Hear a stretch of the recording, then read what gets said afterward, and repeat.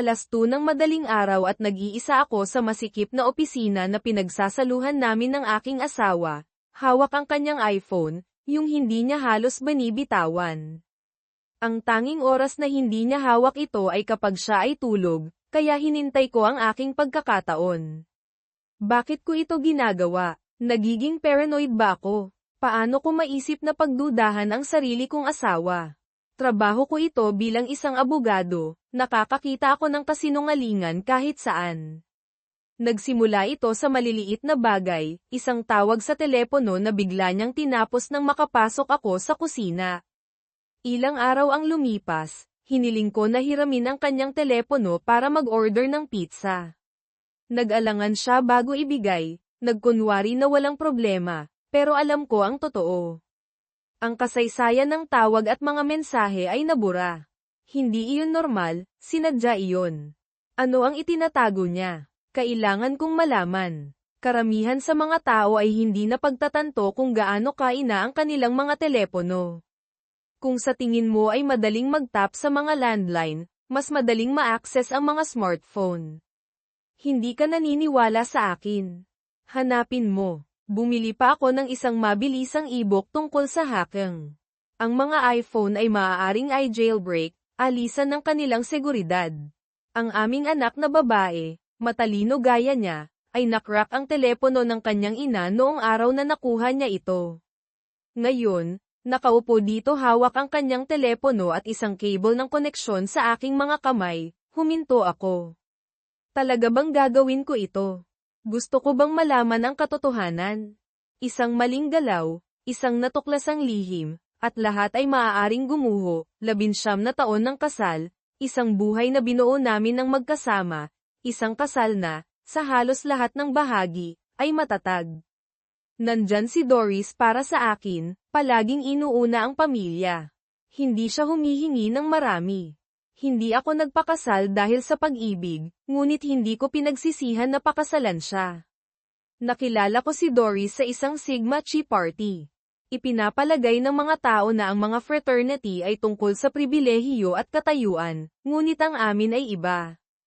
Hindi ito tungkol sa pera, ito ay tungkol sa kapatiran. Tinanggap namin ang lahat ng uri, mga atleta, nerds, tagalabas, iskolar, basta sila ay mabubuting tao. Noon, nasa 2nd taon ako sa law school, halos hindi konektado sa buhay sa campus. Gayunpaman, noong gabing iyon, kinailangan kong pangasiwaan ang freshman mixer, at doon pumasok si Doris kasama ang kanyang mga kaibigan. Nakilala ko siya kaagad, siya ang anak ng matalik na kaibigan ng aking ina, bagaman hindi ko siya nakita sa loob ng maraming taon. Iba na siya ngayon, malaki na, tiwala sa sarili, hindi katulad ng payat na bata na naalala ko.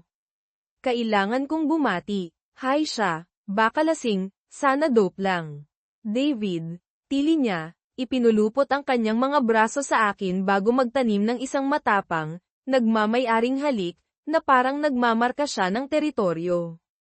Palagi siyang masigla, ngunit ngayong gabi ay pinapalakas niya ito, nagpapakitang gilas, na nililinaw na nakuha niya ang atensyon ng mas matandang lalaki, ang miyembro ng frat, ang namamahala sa kaganapan. Tumambay ako, binantayan siya, at tiniyak na makauwi ng ligtas ang kanyang grupo. Sa kung saan sa halo, nagpasya siyang mayroon kaming isang bagay. Nagsimula kaming magkita-kita casually, walang seryoso. Siya ay isang freshman, ako ay halos tapos na sa law school, pagkatapos ay nakipaghiwalay siya. Gusto kong makakita ng ibang tao, sabi niya sa akin. Nagkunwari akong walang pakialam, ngunit sa kalaunan ay natanto ko kung gaano ko siya na-miss. Si Doris ay hindi tradisyonal na maganda, ngunit mayroon siyang presensya, isang uri ng enerhiya na pumupuno sa silid. Kung wala siya, mas tahimik, mas madilim ang pakiramdam ng mga bagay. Ako ay reserba, lohikal, siya ay kuryente, imposibleng balewalain. Pagkatapos ay dumating ang tag-init. Kailangan ko ng legal na karanasan, at habang ang aking mga kaklase ay nag-aaway para sa mga trabaho sa mga prestihiyosong kumpanya sa malalaking lungsod, Kumuha ako ng posisyon sa isang maliit na kasanayan sa aming bayan sa kolehiyo.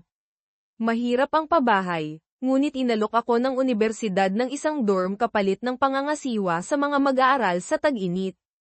Nasa campus din si Doris, kumukuha ng mga kurso sa tag-init. Iniiwasan ko siya hanggang sa pigilan niya ako sa hallway. Kailangan nating mag-usap, sabi niya. Tungkol saan? Tayo. Ang pagkakamaling ginawa ko. Pinagsisihan niya na winakasin ang mga bagay, gusto niya ng isa pang pagkakataon. Hindi ako sigurado, ngunit sumang-ayon ako ng may pag-iingat. Si Doris, gayunpaman, ay all in. Ang kanyang kaarawan ay ika-15 ng Agosto. Nag-18 siya noong tag-init na iyon. Nang tanungin ko kung ano ang gusto niya, hindi man lang siya huminto. Gusto kong makipagtalik ka sa akin, gusto kong ikaw ang maging una ko. Nabigla ako. Hindi ako sigurado kung handa na ako para sa ganoong uri ng responsibilidad. Sinabi ko sa kanya, hindi niya tatanggapin ang hindi.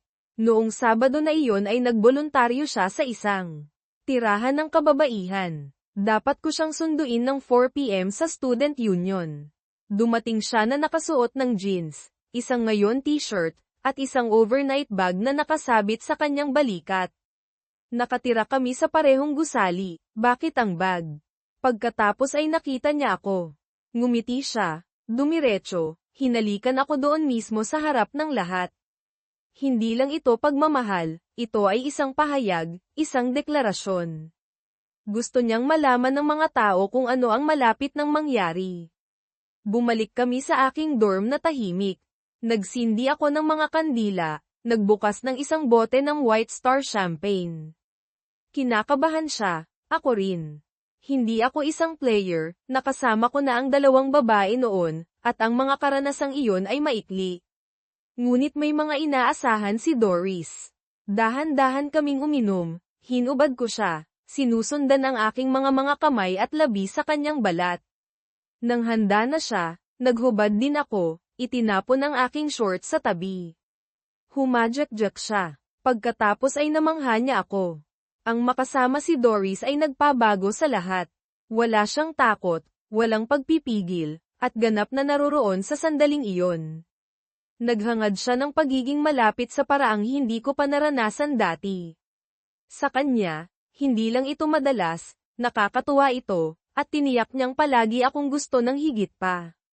Sa paglipas ng panahon, ang sex ay naging isang bahagi lamang ng kung ano ang mayroon kami. Naging tunay kaming magkasintahan. Sa pagbabalik tanaw, dapat ay nakita ko na ang mga senyales, ngunit noon ay huli na ang lahat. Umiibig ako, alam ni Doris, at natutunan niyang gamitin ang aming koneksyon upang panatilihin akong malapit. Naging extension ako niya, isang pag-aari na ipinagmamalaki niyang isinuot, tinitiyak na alam ng lahat na magkasama kami. Hindi pa ako nagkaroon ng tunay na relasyon dati, gusto ko na pagmamay-ari ng isang tao. Sa kalaunan, nagpasya siyang panahon na para makilala ko ang kanyang pamilya, ang kanyang mga magulang, sina Margaret at Lawrence Boswell, ang kanyang nakababatang kapatid na babae, si Marian, at ang kanyang nakababatang kapatid na lalaki, si Larry Jr. May kaya ang mga Boswell. Ang kanyang ama, si Larry Sr., ay isang senior VP sa Shunt National Bank, at ang kanyang ina, si Margaret, ay nagtuturo sa community college. Sila ay may magandang asal, makintab, ang uri ng mga taong nagpaparamdam sa iyo na malugod kang tinatanggap habang tahimik na tinatasa ang iyong halaga. Itinuring nila akong parang royalty. Lalo na dahil ako ay isang third year na estudyante ng abogasya na may magandang kinabukasan. Kilala ni Margaret ang aking ina mula pa noong high school. Habang nagpersige ang aking ina sa nursing, si Margaret ay pumasok sa akademya. Siya ay kapansin-pansin, matangkad, at nagdadala ng sarili na may uri ng karangyan na nagpapansin sa mga tao. Sa edad na 40, halos hindi siya nagmukhang 35. Ang kanyang asawa, bagaman kilala, ay nagsimula nang ipakita ang kanyang edad. Sa edad na 45, mayroon na siyang kapaguran sa kanyang mukha. Ang kanilang 16 na taong gulang na anak na babae, si Marian, ay nagmana ng poise at kapansin-pansing mga katangian ng kanyang ina. At pagkatapos ay mayroong 11 taong gulang na si Larry, na matangkad na at atleta. Kami ay nagkasundo kaagad. Sa paglipas ng panahon, naging higit pa siya sa nakababatang kapatid ng aking kasintahan, naging matalik ko siyang kaibigan. Bago pa man kami naging magkasintahan, tinanggap na ng aking pamilya si Doris, halos bahagi na siya ng aming sambahayan, tinanggap na para bang kabilang siya. Kahit na ang aking nakababatang kapatid na babae, si Paula, ay hinangaan siya. Hindi tulad ng mga Boswell, hindi kami mayaman. Ang aking ama, si David Sanner, ay co-owner ng isang negosyo ng pag-upa ng kagamitan na pinamamahalaan ng pamilya kasama ang aking tiyuhin, si John. Habang ang aking tiyuhin ay may mahigpit na diskarte at hindi partikular na matalas, ang aking ama ang tunay na dahilan kung bakit umunlad ang negosyo. Ang kanyang kakayahang kumonekta sa mga tao ang nagdulot ng lahat ng pagkakaiba. Ang pera ay palaging isang alalahanin, ang aking ina, si Agnes, ay nagtrabaho bilang isang nurse upang tumulong sa pagsuporta sa amin. Siya ay matangkad, blonde, at hindi may kakaila na maganda, bagaman noon, ang kanyang hairdresser ay may papel sa pagpapanatili nito sa ganoong paraan. Nagtrabaho siya ng mga night shift sa loob ng mahabang panahon na aalala ko at sa kalaunan ay nagtrabaho siya hanggang sa maging head nurse sa ospital. Sa huli, kumita siya ng halos kasing dami ng aking ama, kung hindi man higit pa. Ang aking relasyon sa aking ama ay mas komplikado. Siya ay masigla, palaging hinihikayat akong lumabas sa aking comfort zone. Piliin mo ang iyong mga laban, sabi niya. Iwasan ng isang away kung kaya mo, ngunit huwag matakot na manindigan. Madalas naming nakikita ang mga bagay ng iba, ngunit isang bagay ang tiyak, aprobado siya kay Doris. Siya ang para sa iyo, sabi niya sa akin. Nasa kanya ang utak at ang hitsura, tulad ng kanyang ina. Lumaki ako, ang paborito kong mga gabi ay ang mga kapag nagtrabaho ang aking ina sa late shift mula 4 p.m. hanggang hating gabi tuwing Biyernes at Sabado. Papayagan ako ni tatay na magpuyat, sasanduan niya siya habang inaalagaan ko ang aking mga kapatid. Pagdating nila sa bahay, magdadala sila ng burgers at milkshakes. Minsan, gayunpaman, umuwi siyang mag-isa ng mas huli kaysa karaniwan. Madyay gising ako sa tunog ng shower na tumatakbo, mahinang mga boses sa kanilang silid-tulugan, mahinang halakhak ng aking ina, pagkatapos ay ang pamilyar na pag-ungol ng kanilang kama. Kahit na mahigpit ang pera at kumuha ang aking ina ng mga karagdagang shift, may pagmamahal sa aming tahanan. Ang aming mga pamilya ay malalim na magkaugnay, ang aking ina at ang ina ni Doris ay halos hindi mapaghihiwalay. Ipinapalagay ng lahat na ang aming relasyon ay humahantong sa kasal. Nilinaw ng aking ina, isa siyang hindi kapani-paniwalang babae, Davy, huwag mong sirain ito. Naghihintay kaming lahat para sa kasal. Mahal niya ako, ngunit sa kanyang paningin, bata pa rin ako. At baka pagdating kay Doris, ako nga. Gusto ko kung paano madali ang mga bagay, hindi komplikado, walang pressure. Ngunit may ibang mga plano si Doris. Noong Setyembre, lumipat siya. Nasa aking huling taon ako sa law school, sinusubukang manatiling nakatuon, ngunit iginiit niya na magsama kami. Pinahirapan nito ang aking pananalapi, ngunit hindi siya nag-alala. Ilang banayad na pahiwatig sa kanyang ina, at nadagdagan ang kanyang allowance. Sa pamamagitan nito, nagbago ang mga inaasahan, kailangang maging seryoso ang aming relasyon. Pagsapit ng Mayo, ang kasal ay hindi tanong kung, ngunit kailan. Isang gabi, lumalala ang pagkabigo sa kanyang boses, nagtanong siya, ano pa ang hinihintay mo? Para sa kanya, simple lang ito. Ako ang naging una niya, na sa kanyang isipan ay nangangahulugang may utang ako sa kanya ng commitment. Ang irony, desisyon niya iyon. Ngunit para sa kanya, hindi iyon nagpabago sa mga katotohanan. Ilang linggo na lang bago ako magtapos, malapit nang humakbang sa isang promising legal career, isang prime catch para sa sinumang babae. Si Doris, na nagtatapos pa rin ng pag-aaral, ay hindi papayag na maiwan. Masyado na siyang namuhunan, masyadong mahusay na ginampanan ang kanyang mga baraha. Palaging nakikita ni Doris ang buhay sa pamamagitan ng lens ng, kung ano ang mabuti para sa akin ay mabuti para sa atin, at ang pinakamasamang bahagi. Mas madalas siyang tama kaysa sa hindi. Mas mahusay ang kanyang instincts kaysa sa akin. Tinulak niya ako pasulong, ginawa niya akong mas malakas. Sa kanya, pakiramdam ko ako ang pinakamahusay na bersyon ng aking sarili. Kaya kung gusto niya ng singsing bago ako umalis ng kolehiyo, bakit ako nag-aalangan? Hindi sa hindi ko siya mahal, mahal ko siya. Ang makasama siya ay walang kahirap-hirap, pinasaya niya ang aking buhay. Pinanatili akong nakakulong sa isang cycle ng passion at comfort. Kapag kasama ko siya sa aking kama, wala akong interes sa ibang tao. Kilala ko ang mga lalaki na hindi makalusot sa isang magandang babae nang hindi nagtataka kung ano siya sa kama. Kay Doris, hindi sumagi sa isip ko ang kaisipang iyon. Mayroon akong lahat ng gusto ko. Ngunit magpakailanman, hindi pa ako handa. Gumawa ako ng mga dahilan, masyado pa siyang bata. 18 pa lang siya habang papalapit ako sa 25. Ito ay isang lohikal na argumento, ngunit hindi isang ganap na tapat. Nakita ng aking ina, mas mature si Doris kaysa sa iyo, sabi niya nang walang emosyon. Ako ay 17 nang pakasalan ko ang iyong ama. Hindi ito tungkol sa edad, ito ay tungkol sa kung handa ka ng maging isang lalaki. At ang katotohanan na nag-aalangan ka pagkatapos makasama siya na parang mag-asawa ay nagpapatunay na hindi ka. Gusto niya akong lumaki. Hindi ako sigurado kung handa na ako. 18 pa lang siya, sabi ko.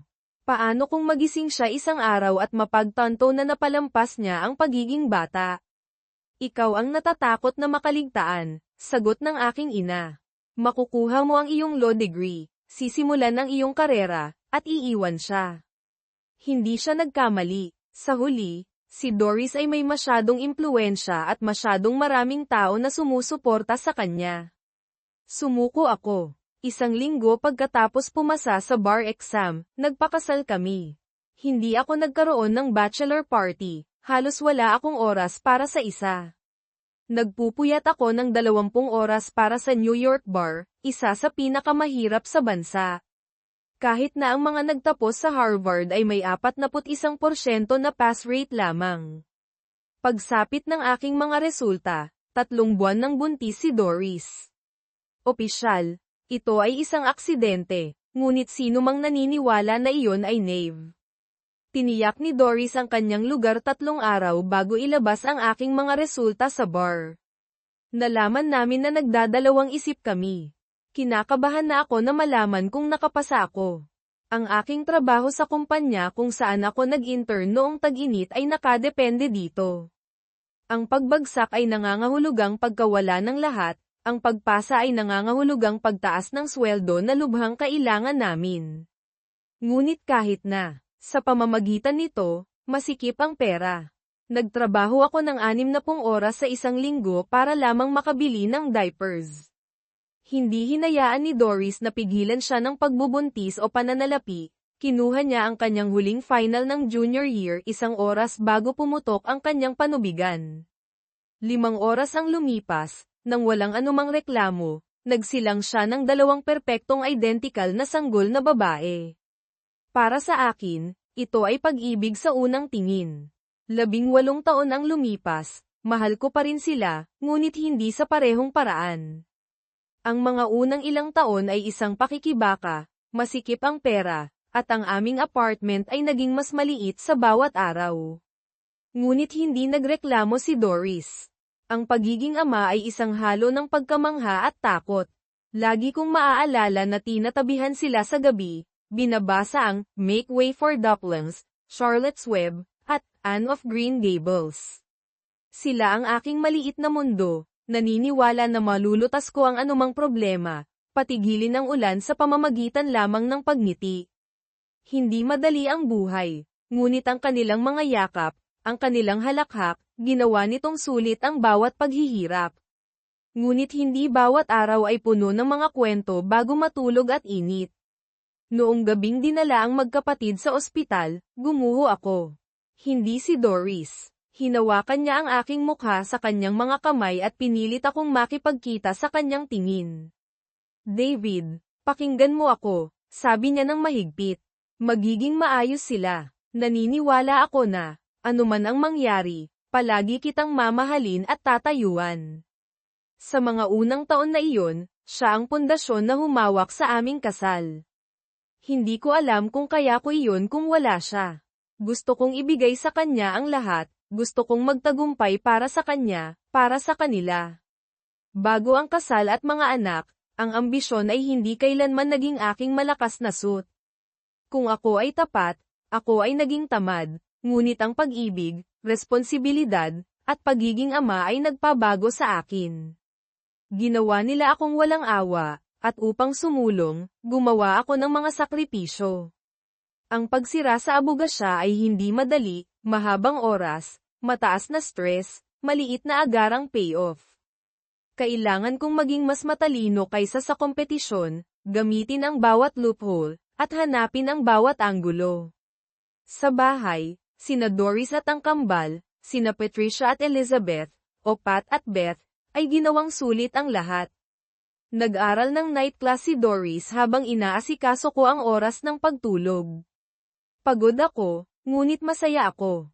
Pagsapit ng kinder ang mga bata, nakakuha na siya ng PhD. Nagsimula siyang magturo sa isang community college. Pagkatapos ay sa loob ng 3 taon ay nakakuha ng full professorship na nagpakadalubhasa sa pag-aaral ng Shakespeare. Nakatulong ang kanyang sweldo, ngunit noon ay hindi na mahalaga, natitiyak ko na ang aking lugar. Ako ay isang law firm partner, at hindi ako palaging naglalaro ng patas upang makarating doon. Maganda ang pera, ang aking konsensya ay medyo hindi gaanong. Karamihan sa mga Amerikano ay nag-iisip na ang pagmamay-ari ng bahay ay isang pangunahing karapatan. Ang ideya ng pagkawala ng ari-arian sa pamahalaan ay tila imposible, ngunit nangyayari ito araw-araw. Binibigyan ng eminent domain ang pamahalaan ng kapangyarihang kumuha ng lupa, di umano'y para sa mga pampublikong proyekto tulad ng mga kalsada, paaralan, at ospital. Sa papel, ang mga may-ari ng bahay ay binabayaran ng patas. Sa katotohanan, kung ikaw siguro kung naniniwala kang patas ang gobyerno, ikaw mismo ang tipo ng taong mawawalan ng lahat. Doon pumapasok ang mga abogadong tulad ko. Ang mga kaso ng eminent domain ay sumusunod sa mahigpit na pamamaraan, at alam ng isang bihasang abogado kung paano ito pagsamantalahan. Karamihan sa mga may-ari ng bahay ay walang legal na representasyon o kumukuha sila ng isang walang karanasan. Ang susi sa pagwawagi sa batas ng foreclosure ay simple, maging unang pangalan na nakikita ng mga tao kapag kailangan nila ng tulong. Mayroon akong kalamangan, ang aking huling pangalan sa law school, Landon, ay dumating bago mismo ang Landrew, na nangangahulugang gumugol ako ng 3 taon na nakaupo sa tabi ni James Landrew, isang matalino, ambisyosong lalaki na may malalim na koneksyon sa politika. Mabilis siyang umakyat sa ranggo, nakakuha ng papel bilang legal counsel para sa Legislative Committee ng New York State Senate sa mga korporasyon at asosasyon. Ang komite na iyon ay nangangasiwa sa mga kaso ng domain, at sa eminent domain, hindi na ito tungkol sa mga pampublikong proyekto, ito ay isang kasangkapan, isang paraan para sa mga makapangyarihan na kumuha mula sa mahina. Sa mga panahong ito, ang kinumpiskang lupa ay hindi napupunta sa mga highway o ospital, ito ay ipinapasa sa mga pribadong developer. Tinatawag nila itong redevelopment, ngunit sa totoo lang, ito ay pagnanakaw na may papeles. Sa tingin mo ba nagmamalabis ako? Tingnan mo ang gusali ng New York Times. Ang lupang kinatatayuan nito, prime real estate sa Midtown Manhattan, ay kinuha sa ilalim ng eminent domain. Ang deal ay iniulat na nakatipid sa Times ng $80 milyong, maginhawa, hindi nila naisip ang iulat ang bahaging iyon. Ang trabaho ko ay ipaglaban ang aking mga kliyente, o kahit man lang lumaban sa loob ng mga limitasyon ng sistema. Ginampanan ko ng maayos ang laro. Kumuha ako ng mga appraiser na alam mismo kung anong mga numero ang kailangan ko. Sinigurado ko na ang mga opisyal ng gobyerno na humahawak sa pagpapahalaga ng ari-arian ay may tahimik na side gig sa akin. Nakakuha ang aking mga kliyente ng mas magagandang deal kaysa sa makukuha nila ng mag-isa. Ngunit ang tunay na susi sa pananatiling nangunguna ay ang malaman kung ano ang darating bago ang sinuman. Doon pumapasok si Jimmy. Nagsimula ito sa maliit, isang casual na heads up tungkol sa isang land grab sa kahabaan ng Hudson, pagkatapos ay naging isang pattern, pera para sa impormasyon. May kahinaan si Jimmy, pagsusugal, kabayo, slot machine, kasino sa lupaing reservation. Palagi siyang nasa utang, hindi eksaktong panunuhol, mga pautang lamang na hindi kailanman nabayaran. Ang mga kasosyo ng aking firm ay humanga sa aking kakayahang hulaan ang mga pagkakataon, pinayaman sila ng aking mga instinct. At sa loob ng maraming taon, gumana ito ng maayos. Walang technically illegal, kaunting inside knowledge lang, kaunting pagmamaniobra. Sinabi ko sa aking sarili na naglilingkod ako sa publiko, ngunit kapag tumawid ka ng isang linya, ang susunod ay mas madali. Isang gabi, tumawid ako ng isa pa. Hinak ko ang telepono ni Doris, advanced ang spyware. Bawat tawag ay ni-record, bawat text ay ipinasa sa aking telepono. Kaya ko ring makinig sa live na pag-uusap sa real time. Sa teorya, walang anumang sinabi o ginawa niya ang may tatago sa akin. Ang katotohanan, syempre, ay mas magulo. Sa unang araw, gumugol siya ng 5 oras sa telepono, inaayos ang mga recording. Nakakapagod ito, 45 minuto na pinag-uusapan ng isang damit na nakita niya sa mall, isang buong oras na ginugol sa pagtalakay ng isang libro sa isang kaibigan. 3 linggo ng pakikinig sa mga walang kabuluhang pag-uusap ang nakakumbinsi sa akin na ako ay katawa-tawa. Handa na akong i-uninstall ang software, at pagkatapos ay dumating ang mga mensahe. Nasa isang meeting ako nang mag-buzz ang telepono ko, 3 notification, sunod-sunod. Bihira kaming mag-text ni Doris, wala sa amin ang mahilig dito. Sinuri ko, 3 intercepted texts. Tandaan, 2 araw na lang, Mark. Miss na kita. Kailan at saan? Pagkatapos ay ang reply, Cooper at 12:30. Mahal kita. Tumagal ng ilang sandali bago nakahabol ang aking utak. May lunch date si Doris sa isang taong nagngangalang Mark, isang taong miss niya, isang taong mahal niya. Ang Cooper ay isang maliit, tahimik na restaurant sa labas lamang ng lungsod, ang uri ng lugar na pinipili mo kapag ayaw mong mapansin. Nakalipas na ang tanghali, hindi ako aabot sa oras, ngunit may isa pa akong opsyon, maaari akong makinig. Inilagay ko ang spyware, ikinonekta ang aking iPad, at sumakay sa aking kotse. Sa una, ang naririnig ko lang ay ingay sa kalye, nagmamaneho pa rin si Doris. Pagkatapos ay ang mahinang tunog ng isang restaurant. Boses ng isang babae, magalang at propesyonal, magandang hapon. May maitutulong po ba ako? Sumagot ang isang lalaki ng maikli, may hinihintay ako. Maikling pagtigil, pagkatapos ay muli ang babae. Sa pagkakataong ito ay may pagkilala, ay, nandito na pala siya. May shuffle, ang tunog ng mga katawan na gumagalaw, yakap, marahil higit pa. Umupo si Doris, nagpalitan sila ng maliit na usapan. Ang lalaki ay makinis, kumpiyansa, ang kanyang boses ay mas bata kaysa sa inaasahan ko. Pagkatapos, gaya ng kinatatakutan ko, ginabayan niya ang usapan patungo sa kanya. Pinuri niya siya, ang kanyang buhok, ang kanyang damit, ang kanyang kagandahan, ang kanyang kabataan. Madali niyang binibitawan ang mga salita, ang pang-aakit ay pangalawa na lamang sa kanyang kalikasan, ang uri ng kasanayan na nagpapadama sa akin ng pagkamuhi sa kanya. Pagkatapos ay dumating ang kanilang mga pagkain, at nagbago ang tono. Pagkatapos ay narinig ko siyang banggitin ang aking pangalan. Ang iyong asawa. Biro lang ang lalaking iyon. Hindi tumutol si Doris. Matanda na siya, matigas, Nakakabagot, patuloy ng lalaki. Hindi kanya nararapat. Hindi lang ito basta-bastang pananghalian, ito ay iba, isang bagay na mas malalim, mas mapanganib. Bumaba ang kanyang boses at naging sigurado, gusto kita, Doris. Maaari tayong magkaroon ng isang bagay na totoo. Nag-alinlangan siya. Hindi ko kaya, may asawa ako. Si David at ako, nais naming tumanda ng magkasama. Tumawa siya, matanda na siya. Bata ka pa. Bakit mo sasayangin iyon? Mahabang katahimikan, pagkatapos ay mas mahina, nanginginig ang kanyang boses, kung hindi ko siya kayang iwan, kailangan nating maging maingat. Isa pang pagtigil, pagkatapos ay halos pabulong, inamin niya, wala pa akong nakakasama maliban kay David.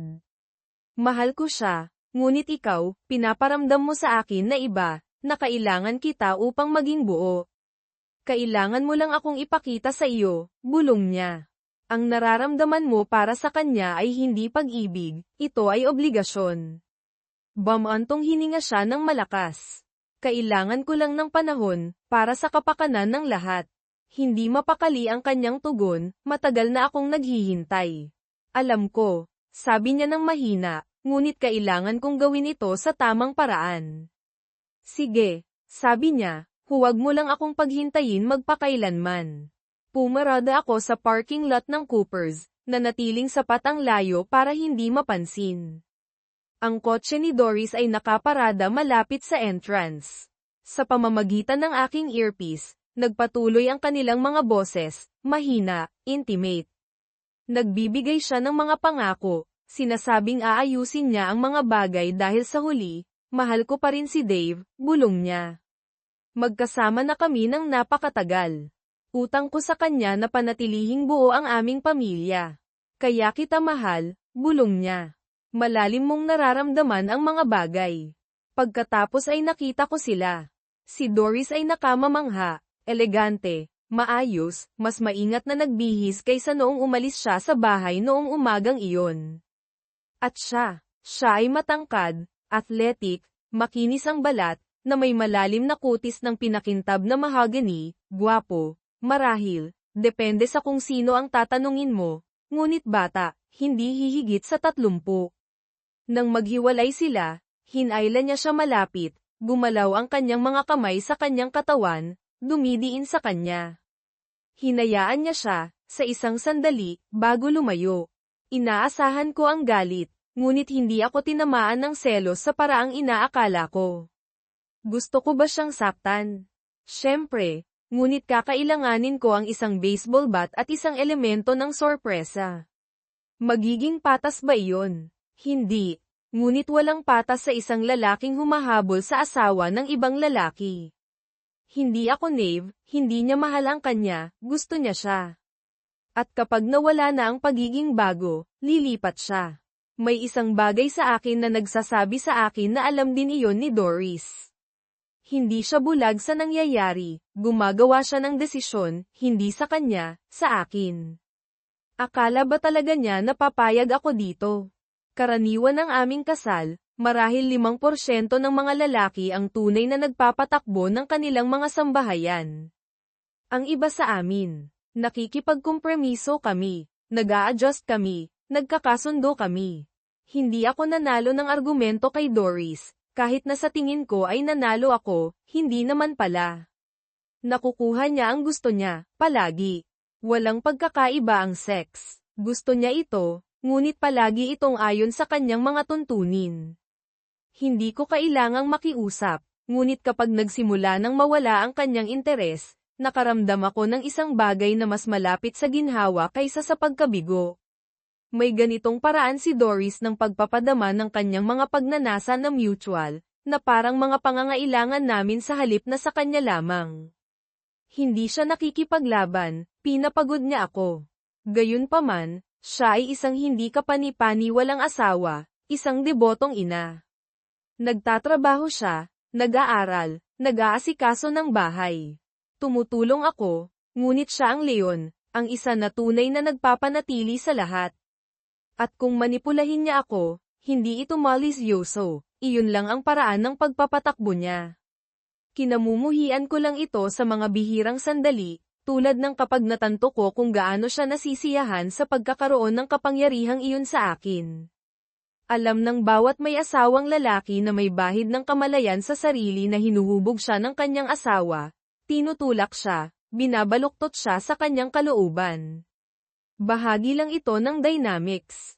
Ngunit si Mark, iba si Mark, naiintindihan ko kung bakit siya naaakit sa kanya.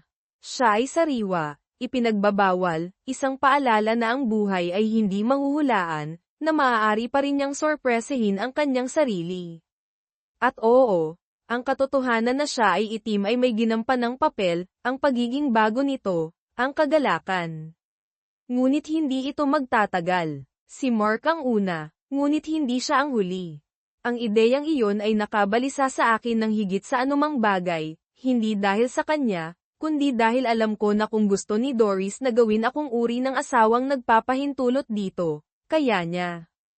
At ano ang mga opsyon ko?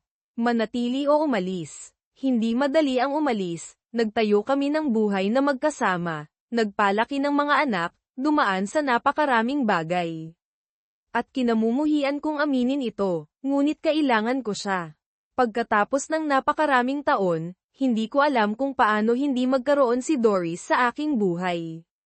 Noong gabing iyon, pinilit kong kumilos ng normal, ngunit nakita ni Doris ang aking kilos. Sumimangot siya. Anong problema, Dave? Umiling ako. Wala, trabaho lang. Mahabang araw. Pinag-aralan niya ako sandali, hindi kumbinsido. Sumosobra ka na, sabi niya ng mahinahon.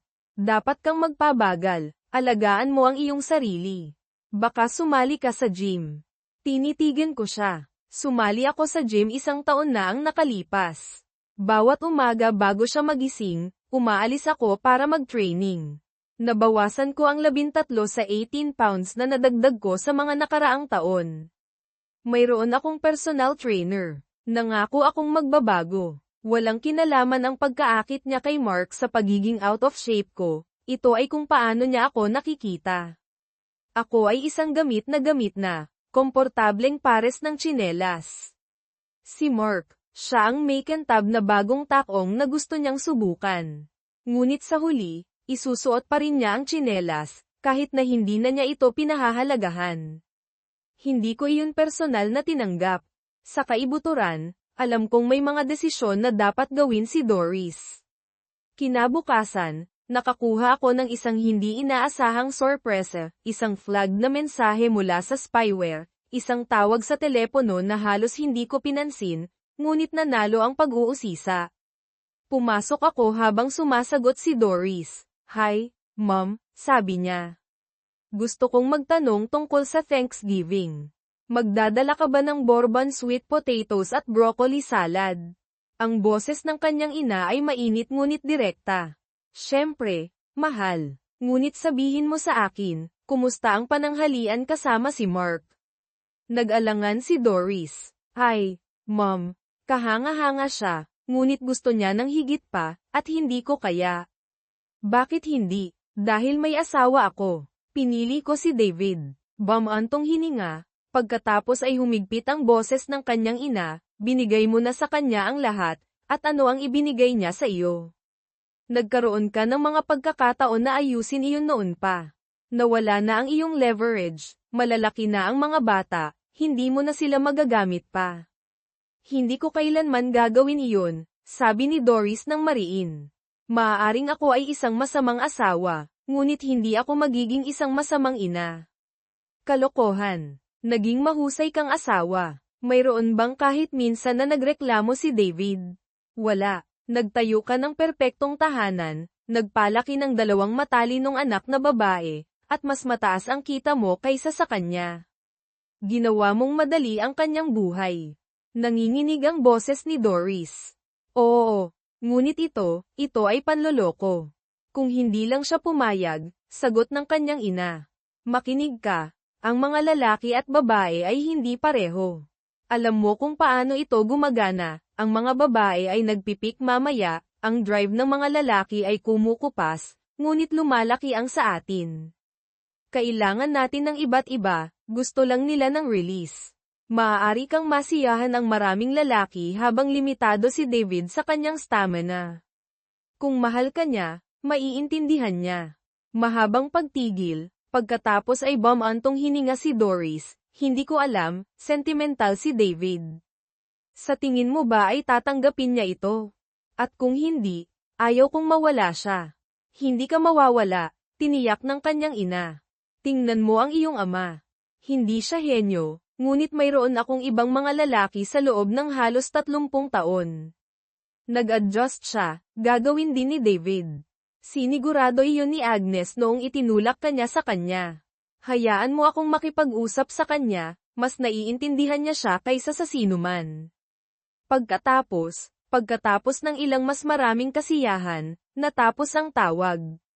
Naupo ako roon sa katahimikan, naninigas ang hindi paniniwala sa aking dibdib. Napilitan akong pakasalan si Doris, isang masamang pakiramdam ang umakyat sa aking gulugod. Palagi akong may hinala sa isang bagay. Ngunit hindi ko hinayaang tanggapin ito bilang katotohanan, at ngayon, ang pakikinig sa telepono ni Doris ay nakumpirma ang higit pa kaysa sa handa kong harapin.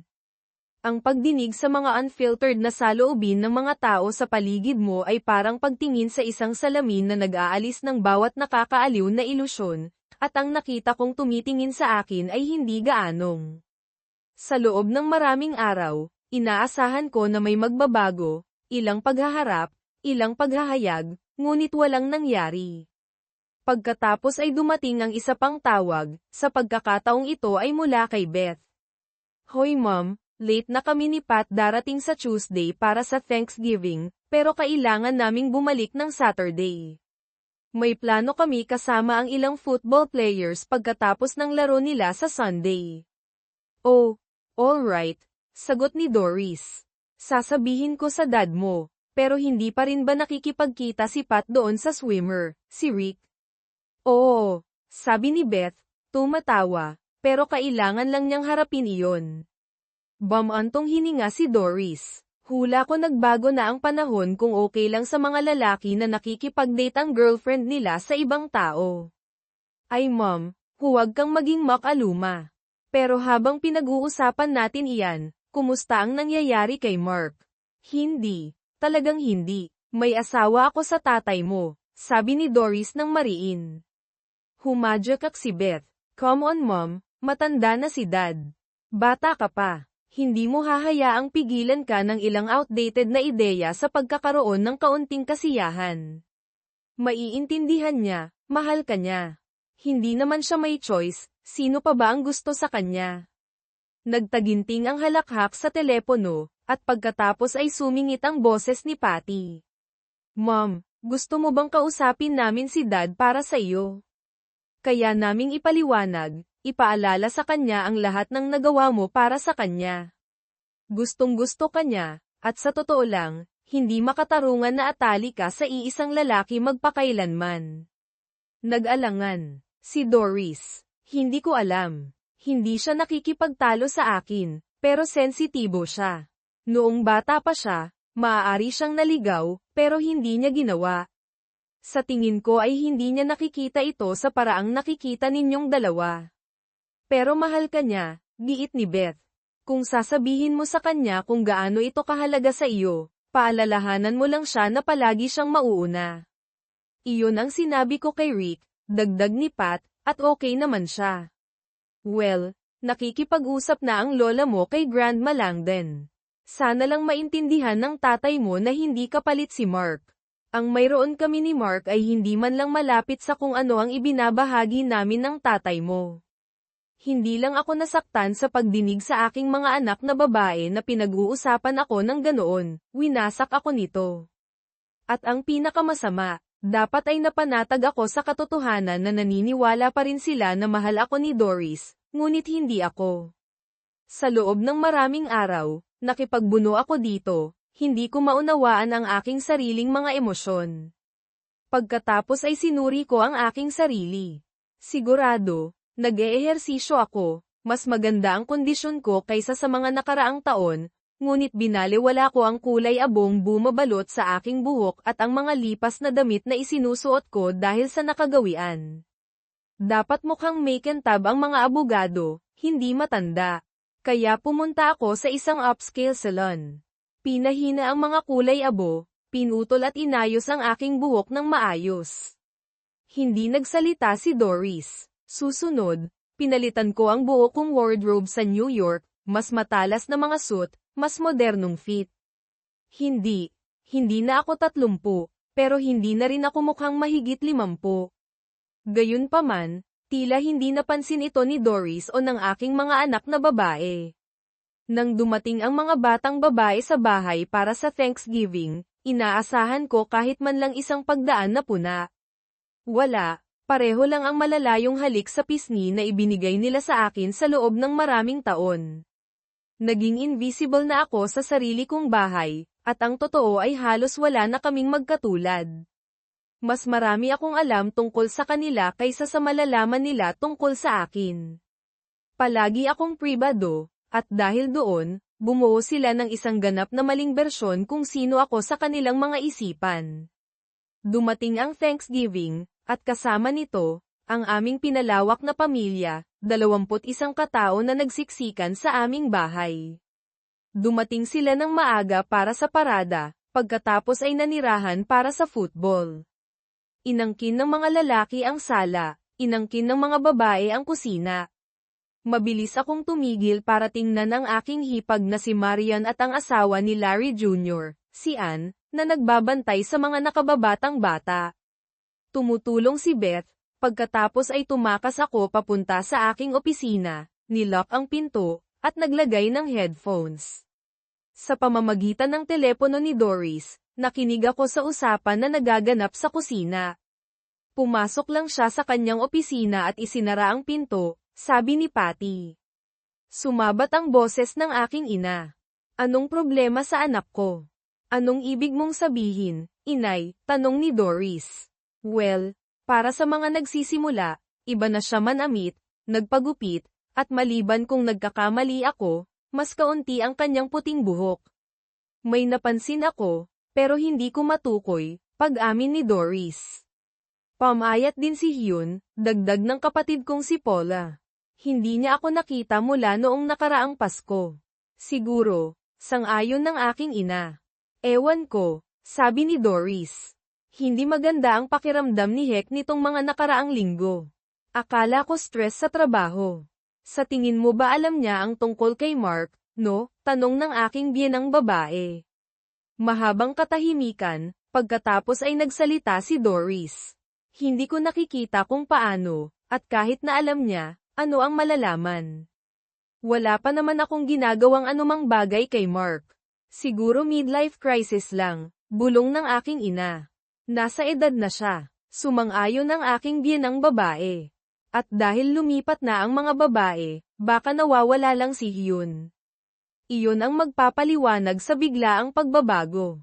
Sabi ni Margaret Boswell, dapat tayong maging maingat, babala ng aking ina. Kailangan siyang ibalik sa realidad. Kung ito ay midlife crisis, kailangan nating harapin ito ng maingat. Nag-alinlangan si Doris. Baka dapat kong isantabi muna si Mark. Kalokohan, sagot ng aking ina. Kailangan lang ni David ng gabay. Kailangan niyang sundin ang programa. Hindi makakatulong kung magsisimula kang pagdudahan ang sarili mo. Idinagdag niya, nagkikihitan si Patty. Dapat bang sabihin na lang ni inay na gusto niya ang isang kasintahan ng hindi diretsahan? Sabi ng aking ina, dapat unahin ang mga lalaki na kausapin siya. Hayaan siyang marinig ito mula sa kanyang ama at kay Larry. Napagdaanan na nila ito, masaya sila. Walang dahilan para hindi rin maging masaya si David. Pero kung hindi siya sigurado, hindi ngayon ang panahon para ihagis ang isang mas batang lalaki sa kanyang mukha. Kailangan nating unti-untiin siya. Ibig mong sabihin, unti-untiin siyang tanggapin ang isa pang lalaki sa buhay ng kanyang asawa, tanong ni Patty. Halos hindi mapigilan ang pagtawa.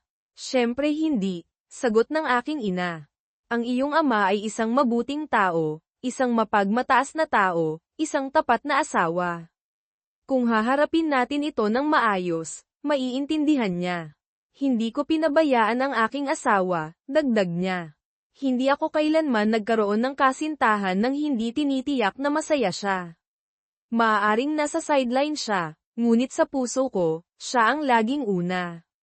Alam ni Dave Sr. na siya ang pag-ibig ng aking buhay, at ngayon ay nasa sa atin na ito. Doris, ikaw ang manguna, ngunit lahat kami ay sumusuporta sa iyo. Isang koro ng mga bulong-bulungan at pagsang-ayon ang sumunod.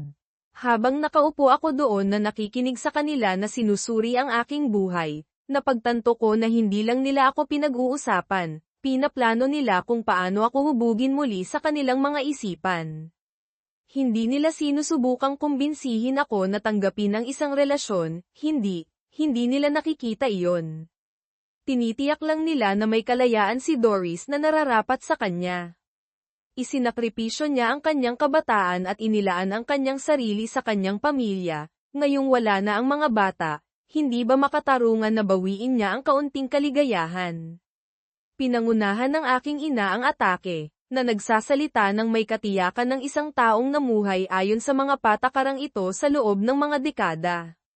Pinag-usapan nila ako na parang ako ay isang matigas ang ulo na bata na nangangailangan ng banayad na panghihikayat. Nakinig ako hanggang sa hindi ko na kaya. Hinubad ko ang aking mga headphones, umalis sa aking opisina, lumabas ng bahay, at nagpatuloy sa paglalakad. Naglakad ako ng ilang milya, nag-iisip, nagngangalit sa ilalim ng aking balat. Sa oras na bumalik ako, ang bahay ay puno pa rin ng tawanan at usapan, walang nakapansin na nawala ako. Nang gabing iyon, pagkatapos umalis ang mga bisita at nasa itaas ang mga babae, sa wakas ay nagtanong si Doris, anong problema? Ewan ko, pag-amin ko. Pakiramdam ko lang na nagbabago ang lahat, at baka hindi pa ako handa para dito. Pumulupot siya sa tabi ko, na pumupulupot sa akin tulad ng dati niyang ginagawa. Ano man ang mangyari, lagi kitang mamahalin. Ikaw ang palagi at palaging magiging pinakamahalagang tao sa buhay ko.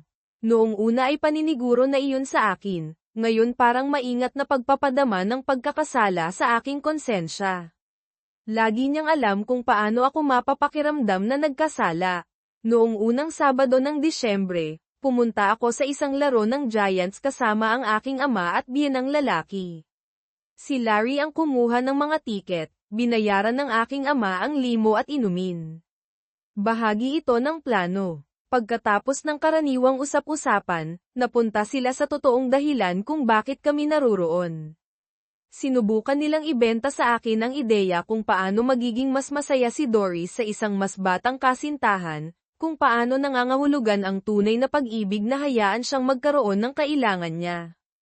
Hinayaan ko silang magsalita. Pagkatapos, habang natatapos na ang laro, nagsalita ako sa wakas. Kung mahuli ko si Doris na may ibang lalaki, tapos na ang aming kasal. Walang eksepsyon. Sa loob ng 20 minuto, nakipagtalo sila, tinawag akong immature, makitid ang pag-iisip. Hindi ako umimik. Kung magloloko siya, aalis ako. Sino ang gustong magkaroon ng asawa na nakikipagtalik sa iba? Pinatahimik iyon sila sa loob ng ilang sandali, pagkatapos ay nagpaalam sila para magbanyo. Sa oras na bumalik sila, halos wala ng tao sa stadium. Tahimik kaming umuwi. Ang hindi ko alam ay kasama sa kanilang pagbanyo ang isang tawag sa telepono sa bahay. Sa oras na dumating kami, nakausap na ng aking ina at biyenang babae si Doris. Gumagana na ang mga plano. Wala pang isang linggo, dinala nila ako sa isang mamahaling gentleman's club, malabong ilaw, napakamahal na inumin, nakahubad na kababaihan sa lahat ng dako, at syempre, ang parehong pagod na argumento tungkol sa mga may edad na pag-aasawa. Umupo ako doon, sumisip-sip ng soda, nakikinig sa kanilang kalokohan. Pagkatapos ay tumayo ako. Hindi ko maisip na ipagpalit ang katapatan ng aking asawa sa isang lap dance, at sa sinabi ko iyon, umalis ako, sumakay ng taxi pauwi.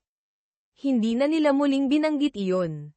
Habang papalapit ang Pasko, alam kong nagtakda na sina Doris at Mark ng petsa. Mayroon silang bakasyon, dapat akong nasa opisina, ngunit may nakaligtaan sila, hindi lang sila ang naglilihim. Hindi ako isang santo. Sa loob ng maraming taon, naglakad ako sa manipis na linya sa pagitan ng etikal at kapaki-pakinabang. Pagkatapos isang araw ay lumampas ako dito. Nagsimula ito sa lupa, walang kwentang maliliit na parsela na halos walang daanan. Ibinebenta ng mga magsasakang desperado sa pera ang mga lote sa gilid ng kalsada, na iniiwan ang kanilang mga pangunahing pag-aari na nakatiwangwang.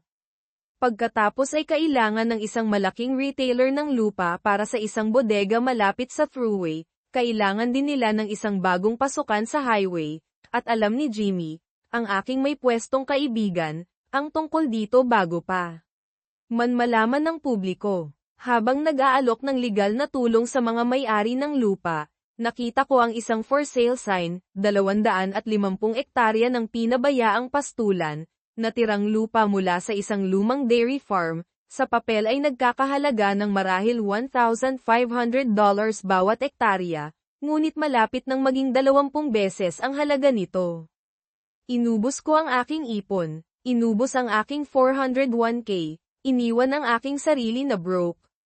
Inilibing ko ang pagbili sa ilalim ng isang Wyoming Shell Corporation, walang paper trail.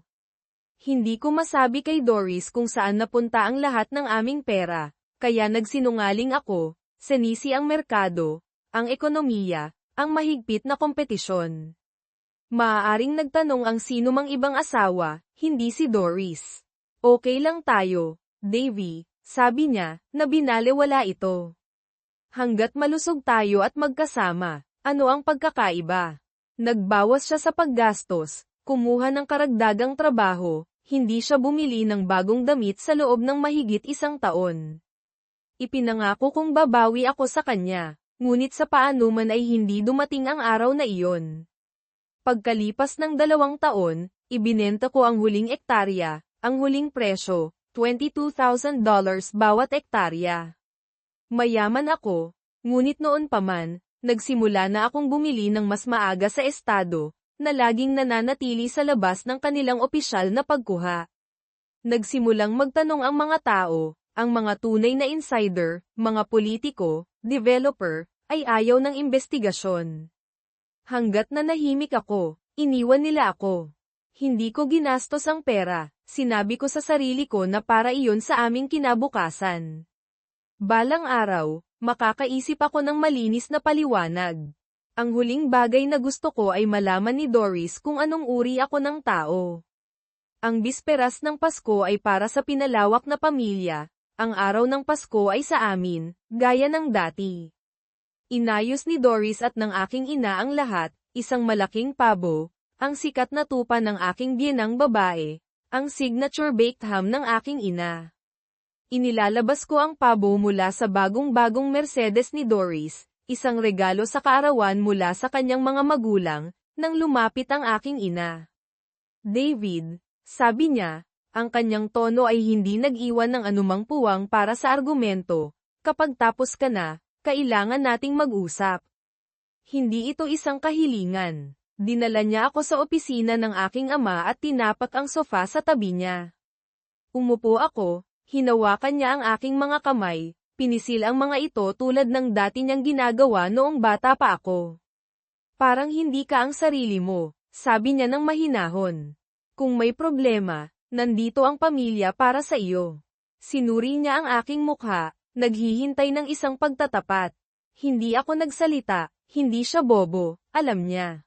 Lamambat ang kanyang boses. David, sinusuportahan ng isang tapat na lalaki ang mga pangangailangan ng kanyang asawa, nagsasakripisyo ang isang mabuting asawa, tulad ng ginawa ni Doris para sa iyo.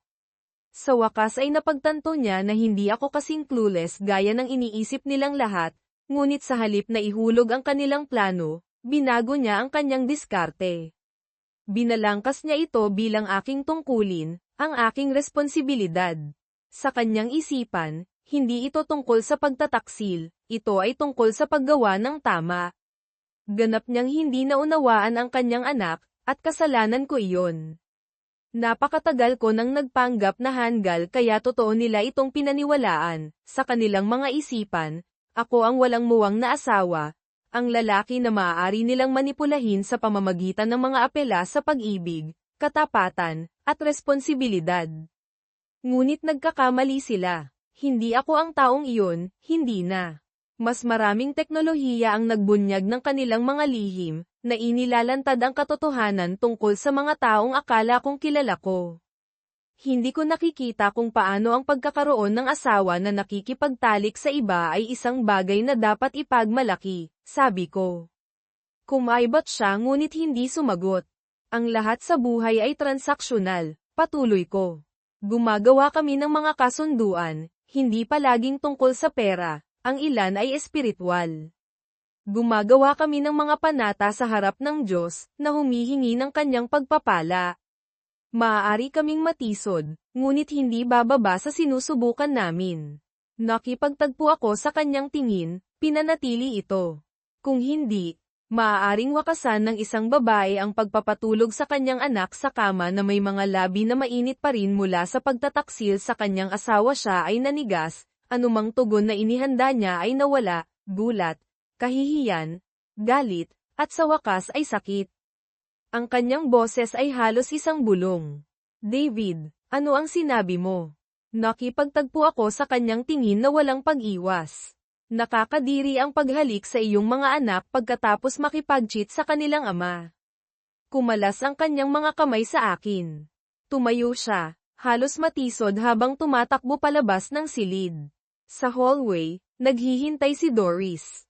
Inay, tanong niya, na may pag-aalala sa kanyang boses. Anong nangyari? Ito ay binalak, marahil ang buong pamilya ay naghihintay para sa paghaharap na ito. Lumabas ako sa pintuan. Nasa akin pa rin ang ekstrang susi ng sasakyan ni Doris. Sumakay ako at nagmaneho. Napunta ako sa Hendrick Hudson Lookout, ang lugar na tinatawag naming Lovers Walk noong mga bata pa kami noong high school. Inabot ako hanggang sa senior year para lakasan ang loob na dalhin ng isang babae dito, at kahit na noon, halos hindi ako lumagpas sa first base. Hindi ako ang tipo na magpapasaya sa isang babae sa aking mga braso. Sa oras na ako ay 25 at bagong labas ng law school, nagbago ang lahat, iba ang tingin sa akin ng mga babae. Ngunit noong panahong iyon, mayroon na akong kasintahan. Nakahawak na sa akin si Doris, at hindi siya bibitaw. Kapag gusto niya ako, inaasahan akong naruroon. Ngayong may gusto siyang iba, inaasahan akong umalis. Baluktot na loika, ngunit makatwiran ito sa kanya. Hinubog ni Doris ang aming buhay, ang aming tahanan, ang aming mga anak, ang aming kinabukasan. Hindi ko sana naitayo ito kung wala siya, at ngayon ay gusto niya ng isang kilig, isang paggambala. Hindi niya ipinagkakait sa akin ang parehong mga kalayaan, hindi lang siya naniniwala na mayroon akong kapasidad na samantalahin ang mga ito. Dahil sa kanyang mga mata, ako ay matanda at kaawa-awa. Ang interbensyon ng aking ina ay nilayon upang bigyan ako ng katiyakan, upang ipakita sa akin na ako ay minamahal at kasama. Ngunit ang kanilang kabaitan ay nagkumpirma lamang kung paano nila ako nakikita, mahina. Ang totoo, nakita ko na ito na paparating. Dati akong knave, ngunit hindi ako nanatili sa ganoong paraan. Natutunan ko kung paano maglaro. Pinanood ko kung paano ito gumana at umangkop, hindi dahil kailangan ko, kundi dahil gusto kong manalo. Hindi para sa pera, hindi para sa kapangyarihan, dahil ang pagkawala kay Doris ay nangangahulugan ng pagkawala ng lahat, at ako ay natatalo kay Doris sa loob ng 20 taon. Ipinark ko ang kotse, kinuha ang aking iPad, at na-access ang spyware. May boses na dumating, si Beth. Nawala si Hyun, at nawawala ang kotse ni Inay. Kung swerte tayo, hindi na siya babalik, dagdag ni Ann. Alam ko na noon na hindi ako gusto ni Ann, ngunit ngayon ay sa wakas ay mayroon na siyang dahilan. Si Ann ay problema, mababa ang boses, si Ann ay problema, mababa ang boses, mahilig sa drama. At sa wakas, pagkatapos ng 27 taon, malaya na siya. Pagkabalik ko sa lungsod, nagpark ako ng kotse malapit sa aming apartment sa Manhattan. Sa labas, Nakita ko ang aking ina na nakatayo sa tabi ng fountain, umiiyak. Hindi ako tumigil. Wala akong nasabi. Bumalik ako sa kalsada. Nang tumawag si Doris noong gabi, sinagot ko ang telepono, binasa ang listahan ng numero na iniwan niya. Mapang-akit, yung babaeng kayang gawing tanga ang mga lalaki. Hindi matalino si Larry J, pero may estado siya at pera, at tiniyak nito ang lugar niya sa piling nito. Mayroon silang 5 taong gulang na anak na lalaki na may blondeng buhok at asul na mga mata, katulad ng dapat sanang ama niya. Lagi ko nang pinagtataka. Ngayon, habang nakikinig ako, inilatag ng nanay ko ang plano niya. Matigas ang ulo ng anak ko, sabi niya. Halos inakusahan niya akong pinagtaksilan ko siya. Hindi naman ganyan si David, sabi ng aking biyenang babae. Masyado siyang mabuting tao para gawin yun, masyado siyang maraming alam, sagot ng nanay ko. Malamang nagkamali ang mga lalaki. Sumingit ang boses ni Doris, tensyonado. So, anong gagawin natin? Ayokong mawala ang asawa ko. Kailangan nating maging matalino. Kung ayaw niyang sumang-ayon ng kusa, kailangan natin siyang kumbinsihin, sabat ng kapatid kong babae. Hindi natin dapat maliitin ang kapatid ko, lagi siyang nagkalkula. Ang tinutukoy niya ay ang larong poker. Noong teenager ako, napagtanto ko na mandaraya ang aming Tito Jack, alam ng lahat, pero walang kumukumpronta sa kanya. Naglalaro lang kami para sa mga sentimo, pero, kinamumuhian ko ang minamanipula, kaya pinag-aralan ko ang mga pamamaraan niya ng ilang linggo. Hinayaan ko siyang isipin na nananalo siya, at sa loob ng ilang linggo, natalo siya. Hindi niya ako pwedeng akusahan, kung gagawin niya yun, ilalantad niya ang sarili niyang mga panloloko. Sa huli, tumigil ang larong poker, at hindi na ako kinausap ni Tito Jack. Oo, pero may kahinaan si David, sabi ng nanay ko. Tapos inilatag niya ang kanyang estratehiya, alak. Bihira akong uminom, kahit kaunti lang, tulog na ako sa New Year's Eve party. Pupunuin nila ang baso ko, samantala, gagampanan ni Ann ang kanyang papel, maglalandi, magmumungkahi, dadalhin ako sa kung ano ang kailangan nilang mangyari. Kapag sapat na akong lasing, dadalhin nila ako sa itaas, huhuberin, at ipapatulog sa kama kasama ng ibang babae. Kukuha sila ng mga litrato. Pagsapit ng umaga, madyay gising ako na naguguluhan, may hangover, na may katibayan na nagtaksil ako. Sa ganyang klaseng panakot, anong masasabi ko? Wala akong ibang pagpipilian kundi tanggapin ang bagong kasunduan ni Doris. Siyempre, hindi ibig sabihin noon na papayagan din ako sa parehong kalayaan. Hindi ito tungkol sa pagiging patas, ito ay tungkol sa kontrol. Gusto ni Doris ng kalayaan niya, dapat kong tanggapin yun. Ang problema, ayaw ni Ann na gawin yun. Kailangan ko ba talagang makipagtalik sa kanya, tanong niya, na may bahid ng pandidiri sa kanyang boses. Hindi mo kailangang gawin ang kahit ano, tiniyak ng nanay ko sa kanya. Dalhin mo lang siya sa kama, hubaran, at hayaan mong ang mga litrato ang gumawa ng iba. Pero kahit yun ay sobra para kay Ann, kaya pumili sila ng iba, ang asawa ng kapatid kong si Samuel, si Elaine. Mahiyain, tahimik na si Elaine, bagong kasal, buntis, pumayag siya dahil gusto niyang map kasama si Elaine. Mahiyain, tahimik na si Elaine, bagong kasal, buntis, pumayag siya dahil gusto niyang mapabilang. Perpekto siya, hindi siya makikipagtalo, hindi niya gagawing mahirap, siya ang magiging perpektong saksi, inosente, hindi mapagdududahan. Nakaupo sa marangyang kotse ni Doris, nakatanaw ako sa madilim na burol ng Catskills, ang parehong maulap na bundok na nagbigay inspirasyon sa Rip Van Winkle ni Washington Irving. Lumulutang ang hamog sa lambak sa ibaba, at kumikinang ang Hudson sa ilalim ng liwanag ng buwan, isang perpektong lugar para sa isang lumang alamat, pero hindi ang lugar para pakinggan ang pagkamatay ng iyong kasal. Pagkatapos narinig ko ang boses ni Doris, kailangan nating bigyan ng mas maraming oras si David. Sumagot ang ikalawang boses, maingat, paano si Mark?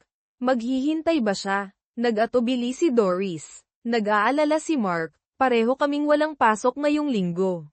Iniisip niya na ito ang perpektong oras para, well, ayon sa kanya, magrenta ng kwarto. Sandaling katahimikan, pagkatapos ay isang buntong hininga. Pero kailangan ko ang David ko, inamin niya ng mahina. Siya ang una at tunay kong pag-ibig. Pagkatapos isa pang boses, ang nanay ko, malamig, sigurado, magtatagumpay ang plano natin, malupit ito, pero karapat-dapat yun kay David. Kakausapin ko muna siya, sabi ni Doris, pero hindi ko hahayaang maghintay si Mark magpakailanman. At ganoon lang, natapos ang usapan. Wala akong ibang pagpipilian kundi bumalik sa Christmas dinner. Malamig, tensyonado ang atmosfera, maliban kay Anne, na malinaw na tinanggap ang kanyang atas, lamandi sa tumatandang asawa na kailangan nilang manipulahin. Halos hindi pa ako nagkakaroon ng pagkakataong kunin ang aking tinidor nang abutin ni Doris ang kamay ko. Sumama ka sa akin, sabi niya. Sumulyap ako sa plato ko. Paano ang hapunan? Hindi tayo magtatagal, sagot niya. Kailangan nating mag-usap. Mayroon pa bang anumang natitirang sasabihin? Oo, iginiit niya. Pero sa halip na mag-usap, dinala niya kami diretso sa Hilton. Nagpareserba siya ng kwarto, isang pinalamig na bote ng White Star Champagne ang naghihintay sa mesa.